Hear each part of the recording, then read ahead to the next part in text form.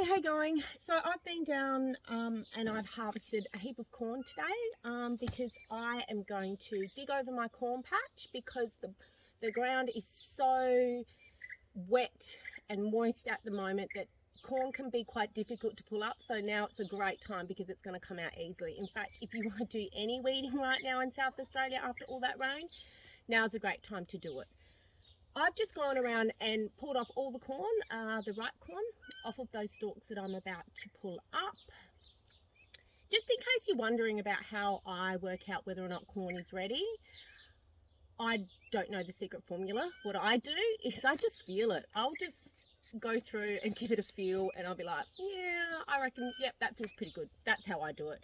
I'm sure that there's possibly a more scientific way, a rule book way of working out how your corn's right, but that's how I do it.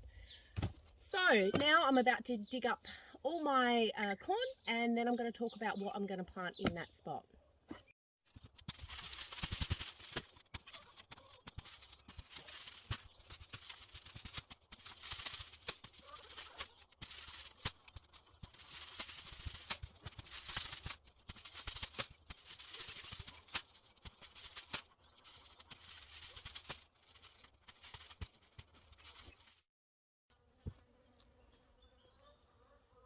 So feeling a bit puffed here now.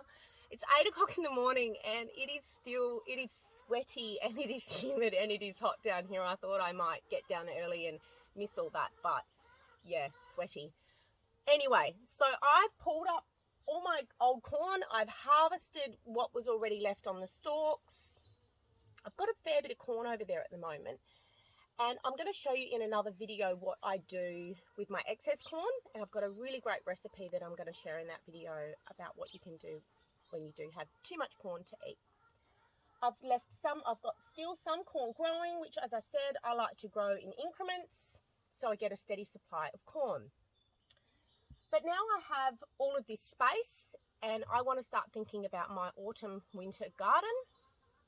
And so I'm going to talk about crop rotation. Crop rotation is when you work with your soil based on what you've planted in it previous and what you plant in it next.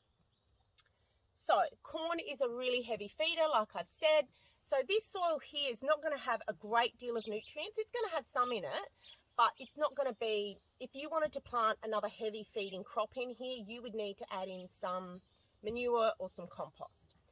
I'm not going to do that. I'm going to work with the soil and I'm going to plant some things in here today for my autumn and winter crop that are light feeders.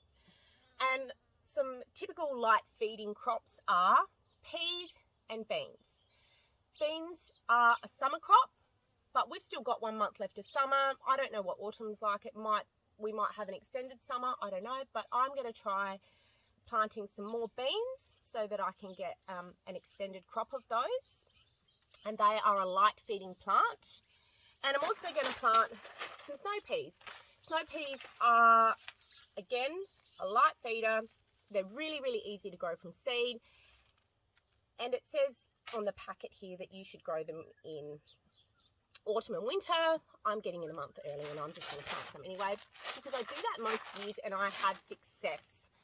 So again, not really following the rule book, but I always tend to plant some snow peas in around February, just again so that I've got food continually coming through the garden for us to eat.